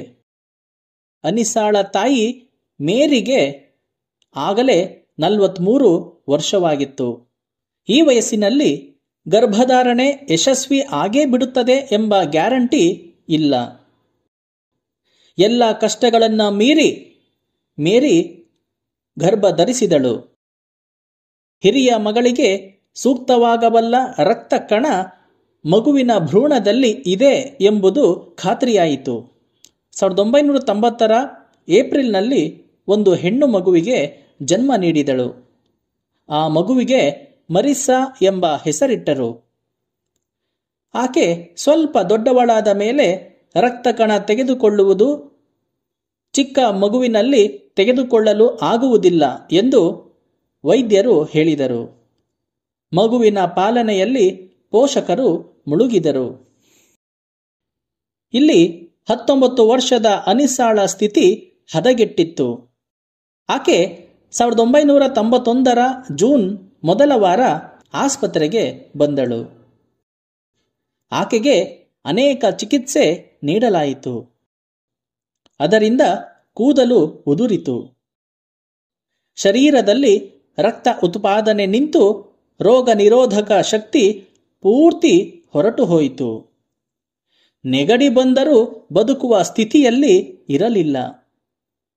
ನಂತರ 14 ತಿಂಗಳ ಮಗು ಮರಿಸಾಳಿಗೆ ಪ್ರಜ್ಞೆ ತಪ್ಪಿಸಿ ಬೋರಲಾಗಿ ಮಲಗಿಸಿ ವೈದ್ಯರು ಪೃಷ್ಠದ ಎಲುಬು ಮೂಳೆಗೆ ಸೂಜಿ ಚುಚ್ಚಿ 20 ನಿಮಿಷಗಳಲ್ಲಿ 1 ಕಪ್ ತುಂಬುವಷ್ಟು ರಕ್ತವರ್ಣದ ದಟ್ಟ ದ್ರವವನ್ನು ಶೀತಲ ಪಾತ್ರೆಯಲ್ಲಿ ಇಟ್ಟು ಅನಿಸ್ಸಾ ಇದ್ದಲ್ಲಿಗೆ ಧಾವಿಸಿದರು. 2ನೇ ತಂಡದ ವೈದ್ಯರು ಅಲ್ಲಿ ಸಜ್ಜಾಗಿದ್ದರು. ಅನಿಸ್ಸಾಳ ಎದೆಗೂಡಿಗೆ ರಂಧ್ರ ಕೊರೆದು ಕೊಳವೆ ತೂರಿಸಿ ಶಸ್ತ್ರಚಿಕಿತ್ಸೆ ನೀಡಿದರು. ಇದರಿಂದ ಅನಿಸ್ಸಾ ಬದುಕಿದಳು. ಇತ್ತ ಮಗುವು ಚೇತರಿಸಿಕೊಂಡಿತು. ಇದು ಇಡೀ ದೇಶವೇ ಸುದ್ದಿ ಮಾಡಿದ ವಿಷಯವಾಯಿತು. ಕೆಲವರು ಒಳ್ಳೆಯ ಕೆಲಸ ಎಂದು ಮೇರಿ ಮತ್ತು ಆಕೆಯ ಗಂಡನನ್ನು ಹೊಗಳಿದರೆ, ಇನ್ನು ಕೆಲವರು ಇದು ಮುಂದೆ ಅನಾಚಾರಕ್ಕೆ ನಾಂದಿಯಾಗುತ್ತದೆ, ಹಣದಾಸೆಗೆ ತಮ್ಮ ಸ್ವಾರ್ಥಕ್ಕಾಗಿ ಮಗುವನ್ನು ಮಾರುವ ಪ್ರಸಂಗ ಬರುತ್ತದೆ ಎಂದು ಮಾತಾಡಿದರು. ಅದಕ್ಕೆ ಉತ್ತರವಾಗಿ ಶಿಶುತಜ್ಞ ಡಾಕ್ಟರ್ ರಡಾಲ್ಫಿ ವಾದಿಸುತ್ತಾರೆ, ಈ ಭೂಮಿಯ ಮೇಲೆ ಎಲ್ಲರೂ ಸ್ವಾರ್ಥಕ್ಕೆ ಮಕ್ಕಳನ್ನು ಹೆರುತ್ತಾರೆ. ಮುದಿವಯಸ್ಸಿನಲ್ಲಿ ಆಸರೆಗೆ ಇರಲೆಂದು, ಗದ್ದೆ ಕೆಲಸಕ್ಕೆ ಜನಬಲ ಬೇಕೆಂದು, ಆಸ್ತಿಗೆ ವಾರಸುದಾರ ಬೇಕೆಂದು, ತಮ್ಮ ಪ್ರತಿಷ್ಠೆಗೆ ಪಡೆಯಚ್ಚು ಬೇಕೆಂದು, ಅಥವಾ ದಾಂಪತ್ಯ ವಿಚ್ಛೇದನ ತಡೆಯಬಲ್ಲ ಒಂದು ಬೆಸುಗೆ ಬೇಕೆಂದು ಮಕ್ಕಳನ್ನು ಹೆರುತ್ತಾರೆ. ಮರಿಸ್ಸಾ ಹುಟ್ಟಿದ್ದು ಇವರೆಲ್ಲಕ್ಕಿಂತ ಪವಿತ್ರ ಉದ್ದೇಶಕ್ಕಾಗಿ, ತನ್ನ ವಂಶದ ಕುಡಿಯನ್ನು ಹೇಗಾದರೂ ರಕ್ಷಿಸಬೇಕೆಂಬ ಪಾಲಕರ ನಿಸರ್ಗ ಸಹಜ ಉತ್ಕಟ ಉದ್ದೇಶಕ್ಕಾಗಿ ಎಂದು ವಾದಿಸಿದರು. ಒಟ್ಟಾರೆಯಾಗಿ ಮನುಷ್ಯರ ದೇಹದಲ್ಲಿನ ರಕ್ತ ಕಣಗಳನ್ನೇ ಬದಲಿಸಿ ದೇಹಕ್ಕೆ ಹೊಸತನವನ್ನು ನೀಡುವ ಅದ್ಭುತ ಸಂಶೋಧನೆಯ ಕಡೆಗೆ ಈ ಲೇಖನ ಗಮನ ಸೆಳೆಯುತ್ತದೆ. ಮಾನವ ಕುಲಕ್ಕೆ ಒಳಿತನ್ನುಂಟು ಮಾಡಲು ವಿಜ್ಞಾನವನ್ನು ಹೇಗೆ ಬಳಸಿಕೊಳ್ಳಬಹುದು ಎಂಬ ಚಿಂತನೆಯತ್ತ ಓದುಗರನ್ನು ಕೊಂಡೊಯ್ಯುತ್ತದೆ.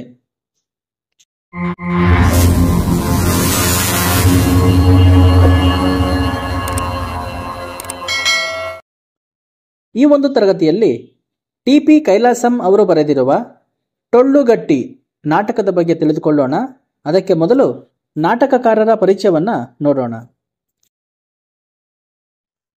ಟಿ.ಪಿ. ಕೈಲಾಸಂ ಕನ್ನಡದ ಪ್ರಸಿದ್ಧ ನಾಟಕಕಾರ, ಸಾಹಿತ್ಯ ವಿಮರ್ಶಕ.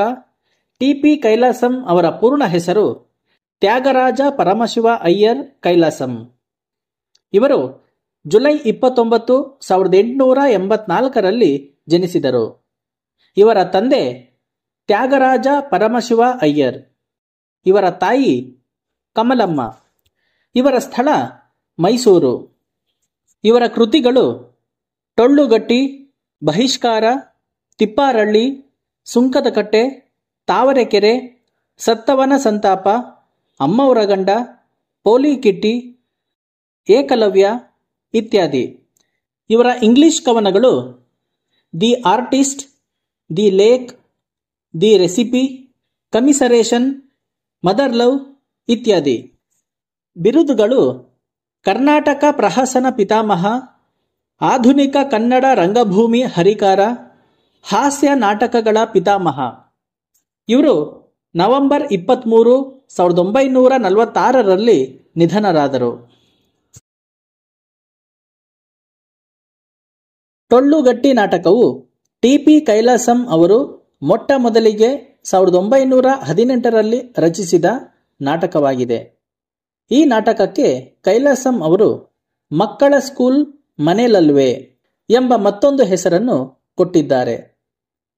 ಸಮಾಜದ ಓರೆಕೋರೆ ತಿದ್ದುವ ಪ್ರಯತ್ನ ಈ ನಾಟಕದಲ್ಲಿ ಕಾಣಬಹುದಾಗಿದೆ. ಒಬ್ಬ ವ್ಯಕ್ತಿಗೆ ಶಿಕ್ಷಣ ತುಂಬಾ ಮುಖ್ಯ.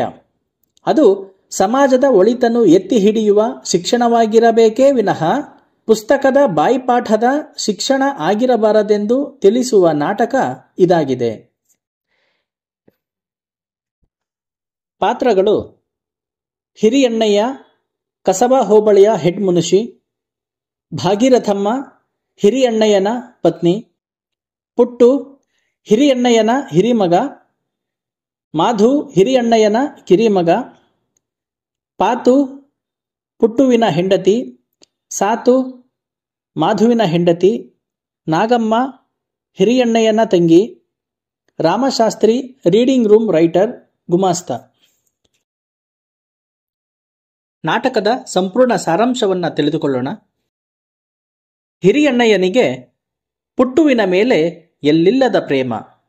ಕಾರಣ ಆತ ಓದಿನಲ್ಲಿ ಮುಂದಿದ್ದಾನೆ. ಆದರೆ ಕಿರಿಮಗ ಮಾಧುವಿನ ಮೇಲೆ ಎಲ್ಲಿಲ್ಲದ ತಿರಸ್ಕಾರ, ಏಕೆಂದರೆ ಆತ ಓದಿನಲ್ಲಿ ಹಿಂದುಳಿದಿದ್ದಾನೆ. ಹೀಗೆ ಹಿರಿಯಣ್ಣಯ್ಯ ತನ್ನ ಮುದ್ದಿನ ಮಗ ಪುಟ್ಟುವಿನ ಮೆಟ್ರಿಕ್ಯುಲೇಷನ್ ಫಲಿತಾಂಶವನ್ನ ನೋಡಲು ತನ್ನ ಕಚೇರಿಯಾದ ಕಸಬಾ ಹೋಬಳಿಯ ರೀಡಿಂಗ್ ರೂಮಿಗೆ ಬರುತ್ತಾನೆ. ಆದರೆ ಅಲ್ಲಿ ಆತನಿಗೆ ಪೇಪರ್ ಸಿಗಲಿಲ್ಲವೆಂದು ಬೇಸರಗೊಳ್ಳುತ್ತಾನೆ. ಈ ನಡುವೆ ರೀಡಿಂಗ್ ರೂಮಿನ ರೈಟರ್, ಗುಮಾಸ್ತನಾಗಿದ್ದ ರಾಮಶಾಸ್ತ್ರಿ ಹಿರಿಯಣ್ಣಯ್ಯನ ಕಿರಿಮಗ ಮಾಧುವಿನ ಸಾಧನೆಯನ್ನು ತಿಳಿಸುತ್ತಾನೆ. ಹೋದ ತಿಂಗಳು ದೇವಸ್ಥಾನದ ಬಾವಿಯಲ್ಲಿ ಮಗು ಬಿದ್ದಾಗ ಎಲ್ಲರೂ ನೋಡಿಕೊಂಡು ನಿಂತಿದ್ದರು. ಆಗ ಮಾಧು ಮಾತ್ರ ಸುಮ್ಮನಿರದೆ ಹಗ್ಗ ಹಿಡಿದುಕೊಂಡು ಬಾವಿಯಲ್ಲಿ ಇಳಿದು ಮಗುವನ್ನು ಉಳಿಸಿಕೊಟ್ಟ. ಅದಕ್ಕಾಗಿ ದೊಡ್ಡ ಸಾಹೇಬರು ಮೆಡಲನ್ನು ಆತನ ಕೊರಳಿಗೆ ಹಾಕಿದ್ದರು. ಆದರೆ ಇದ್ಯಾವುದೂ ಪ್ರಯೋಜನಕ್ಕೆ ಬರುವುದಿಲ್ಲ. ಏಕೆಂದರೆ ಮಾಧು ಪುಟ್ಟುವಿನ ಹಾಗೆ ಓದುವುದಿಲ್ಲ ಎಂದು ಕಿರಿಮಗನ ಮೇಲೆ ಎಲ್ಲಿಲ್ಲದ ಬೇಸರ ಹಿರಿಯಣ್ಣಯ್ಯನಿಗೆ. ಆದರೂ ರಿಸಲ್ಟ್ ನೋಡುವ ತವಕದಲ್ಲಿ ಮೆಟ್ರಿಕ್ಯುಲೇಷನ್ ಪಾಸಾದ ತನ್ನ ಹಿರಿಮಗ ಪುಟ್ಟುವನ್ನು ಹೊಗಳುತ್ತಾ ಕಿರಿಮಗ ಮಾಧುವನ್ನು ತೆಗಳುತ್ತಾನೆ.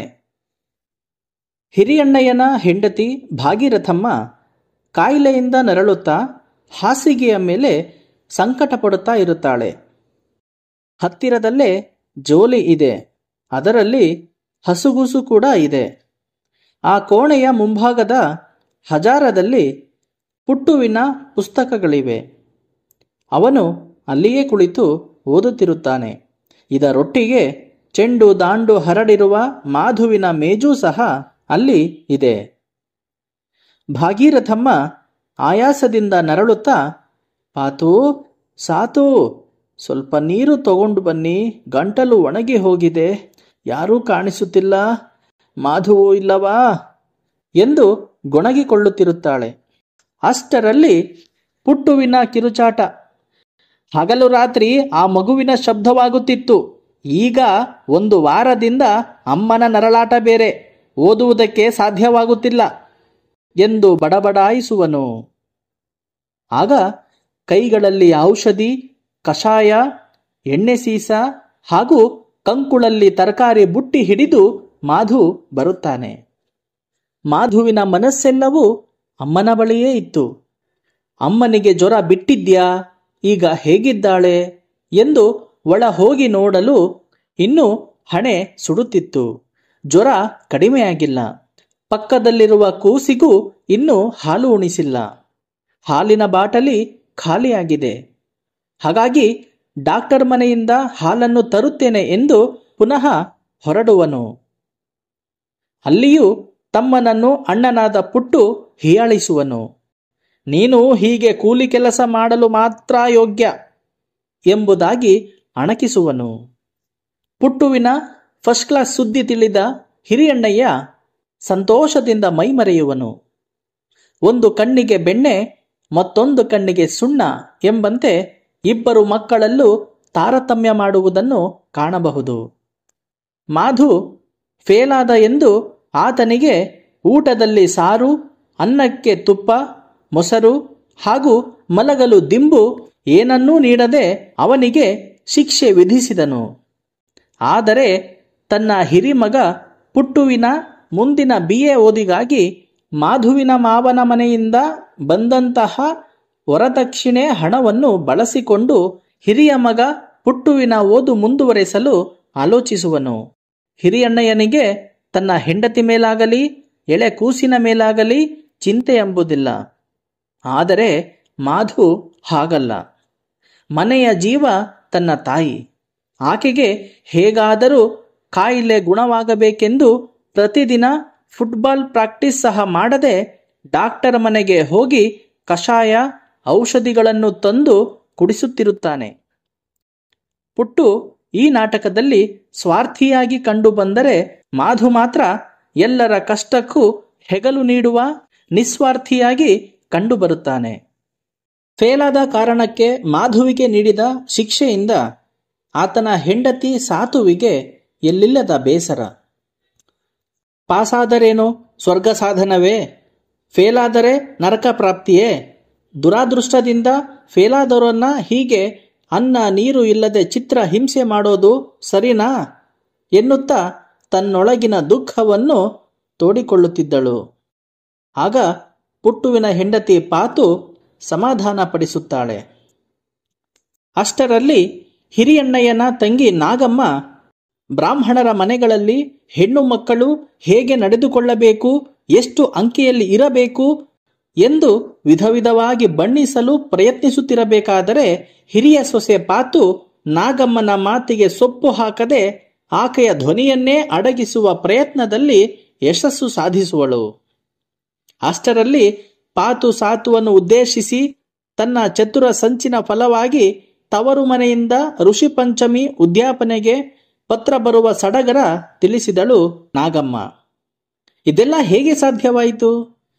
ಕಾಗದ ಬರೆಸುವ ವಿಷಯ ಗೊತ್ತಾದರೆ ದೊಡ್ಡ ರಾಧಾಂತವೇ. ಹಿಂದೆ ನಡೆದಿದ್ದನ್ನು ನೆನಪಿಸಿಕೊಂಡು ಮಾಧುವಿನ ಹೆಂಡತಿ ಸಾತು ಭಯ ಬೀಳಲು ಪುಟ್ಟುವಿನ ಹೆಂಡತಿ ಪಾತು, ನೀನು ಹೆದರಬೇಡ, ಪಕ್ಕದ ಮನೆಯಿಂದ ತಂದೆ ಮನೆಗೆ ಪತ್ರ ಬರೆದಿದ್ದೇನೆ, ಋಷಿ ಪಂಚಮಿಗೆ ನನ್ನ ಮಗಳನ್ನು ಕಳುಹಿಸಿ ಎಂದು ಕಾಗದ ಬರೆಯದೇ ಹೋದರೆ ಬಾವಿಗೆ ಹಾರಿ ಪ್ರಾಣ ಬಿಡುವೆನು ಎಂದು ಭಯ ಹುಟ್ಟಿಸಿರುವೆನು ಎಂದು ಹೇಳಲು ಸಾತು ಅಕ್ಕನ ಸಾಹಸ ಕೇಳುತ್ತಾ ದಂಗಾದಳು. ಇನ್ನು ಪಾತು ತನ್ನ ಮಾವನ ಹತ್ತಿರ ಪತ್ರವಿಡಿದು ಬಂದು ಅದನ್ನು ಓದಿ ಊರಿಗೆ ಹೊರಡಲು ಸೊಸೆಗೆ ಹೇಳಿದಾಗ ನಾಗಮ್ಮ ರೈಲಿಗೆ ಕೂರಿಸಿ ಬರುವ ಆಸಕ್ತಿ ತೋರಿದಳು. ಹಾಗೆ ಹಿರಿಸೊಸೆ ಜೊತೆಯಲ್ಲಿ ಕಿರಿಸೊಸೆಯನ್ನು ಸಾಗ ಹಾಕುವ ಹುನ್ನಾರ ನಾಗಮ್ಮನದಾಗಿತ್ತು. ಸಾತು ಇದ್ದ ಕಡೆ ಕೆಟ್ಟ ಶಕುನ. ಆಕೆಯನ್ನು ಇವಳೊಂದಿಗೆ ತವರು ಮನೆಗೆ ಕಳುಹಿಸಿಕೊಡಿ ಎಂದು ತಾಕೀತು ಮಾಡಲು ಹಿರಿಯಣ್ಣಯ್ಯ ಅಸ್ತು ಎಂದನು. ಇಬ್ಬರೂ ಸೊಸೆಯಂದಿರಿಗೆ ಭಾಗೀರಥಮ್ಮ ಅರಿಶಿಣ ಕುಂಕುಮ ನೀಡಿ ಕಳುಹಿಸಿಕೊಟ್ಟರು. ಆ ದಿನ ರಾತ್ರಿ ಮನೆಯಲ್ಲಿ ಒಂದು ಅವಘಡ ಸಂಭವಿಸಿತು. ಅದೇನೆಂದರೆ, ಅಂದಿನ ರಾತ್ರಿ ಮನೆಗೆ ಬೆಂಕಿ ಬಿದ್ದಿತು. ಏನೋ ಸುಟ್ಟು ಕರಕಲಾದ ವಾಸನೆ ಬರುತ್ತಿದೆ ಎಂದು ತಿಳಿದ ಪುಟ್ಟು ತನ್ನ ಪುಸ್ತಕಗಳನ್ನು ತೆಗೆದುಕೊಂಡು ಪುಸ್ತಕಗಳನ್ನು ಬಾಚಿ ತಬ್ಬಿಕೊಂಡು ಹೊರ ನಡೆದನು. ಆದರೆ ಮಾಧು ಮಾತ್ರ ತನ್ನ ಪ್ರಾಣವನ್ನು ಲೆಕ್ಕಿಸದೆ ತಾಯಿಯನ್ನು ಕಾಪಾಡಿದ. ಹಸುಗೂಸನ್ನು, ತನ್ನ ಮನೆಯವರನ್ನು ಬೆಂಕಿಯಿಂದ ರಕ್ಷಿಸಿದ. ಹಾಗೆ ತನ್ನ ಅಣ್ಣನಾದ ಪುಟ್ಟು ಕಾಣದಿದ್ದಾಗ ಬೆಂಕಿಯಲ್ಲಿ ಸಿಲುಕಿರಬಹುದೆಂದು ತಿಳಿದು ಒಳ ಹೋಗಿ ಬೆಂಕಿಯಲ್ಲಿ ಹುಡುಕಿ ಸುಸ್ತಾಗಿ ಬಂದು ಆಯಾಸಗೊಂಡನು. ಅಕ್ಕಪಕ್ಕದವರೆಲ್ಲ ಮಾಧುವಿನ ಧೈರ್ಯಕ್ಕೆ ಮೆಚ್ಚುಗೆ ವ್ಯಕ್ತಪಡಿಸುತ್ತಾರೆ. ಆಗ ಅಕ್ಕಪಕ್ಕದವರು ಹಿರಿಯಣ್ಣಯ್ಯನಿಗೆ ಒಂದು ಮಾತನ್ನೂ ಹೇಳುತ್ತಾರೆ. ಪುಟ್ಟು ತನ್ನ ಪುಸ್ತಕವನ್ನು ಮಾತ್ರ ಹಿಡಿದು ಹೊರಬಂದ, ಆದರೆ ಕಿರಿಯ ಮಗ ಮಾಧು ತುಂಬ ಧೈರ್ಯಶಾಲಿ. ಬೆಂಕಿಯಿಂದ ನಿಮ್ಮೆಲ್ಲರನ್ನು ಉಳಿಸಿದ. ಈಗ್ಲಾದ್ರೂ ಗೊತ್ತಾಯ್ತಾ ಸ್ವಾಮಿ, ಮಾಧು ಇಲ್ಲದಿದ್ದರೆ ನಿಮ್ಮ ಇಡೀ ವಂಶವೇ ಬೆಂಕಿಯಲ್ಲಿ ಸಿಕ್ಕಿ ಬೀಳ್ತಿತ್ತು ಅಂತ. ಈಗಲಾದರೂ ತಿಳಿಯಿರಿ ವ್ಯತ್ಯಾಸ. ಟೊಳ್ಳು ಟೊಳ್ಳೆ, ಗಟ್ಟಿ ಗಟ್ಟಿಯೇ ಎಂದು ನುಡಿದು ಹಿರಿಯಣ್ಣಯ್ಯನ ಕಣ್ಣು ತೆರೆಸಿದರು. ಒಟ್ಟಾರೆಯಾಗಿ ಮಕ್ಕಳಿಗೆ ಶಿಕ್ಷಣ ತುಂಬ ಮುಖ್ಯವಾದುದು. ಆದರೆ ಶಾಲೆಯಲ್ಲಿ ಕಲಿಯುವ ಶಿಕ್ಷಣ, ಮನೆಯಲ್ಲಿ ಕಲಿಯುವ ಶಿಕ್ಷಣ ಮಕ್ಕಳ ಮೇಲೆ ಹೇಗೆ ಪ್ರಭಾವ ಬೀರುತ್ತದೆ ಎಂಬುದನ್ನು ಅರಿತಿರಬೇಕು ಎಂದು ಟಿ.ಪಿ. ಕೈಲಾಸಂ ರಚಿಸಿರುವ ಟೊಳ್ಳುಗಟ್ಟಿ ನಾಟಕದಲ್ಲಿ ಶಿಕ್ಷಣದ 2 ಕ್ರಮಗಳನ್ನು ಕಾಣಬಹುದು. ತಂದೆ ತಾಯಿಯರ ಬೋಧನೆ ಮತ್ತು ಸಾಕುವ ದೃಷ್ಟಾಂತ ಟೊಳ್ಳುಗಟ್ಟಿ ನಾಟಕದಲ್ಲಿ ವ್ಯಕ್ತವಾಗಿದೆ.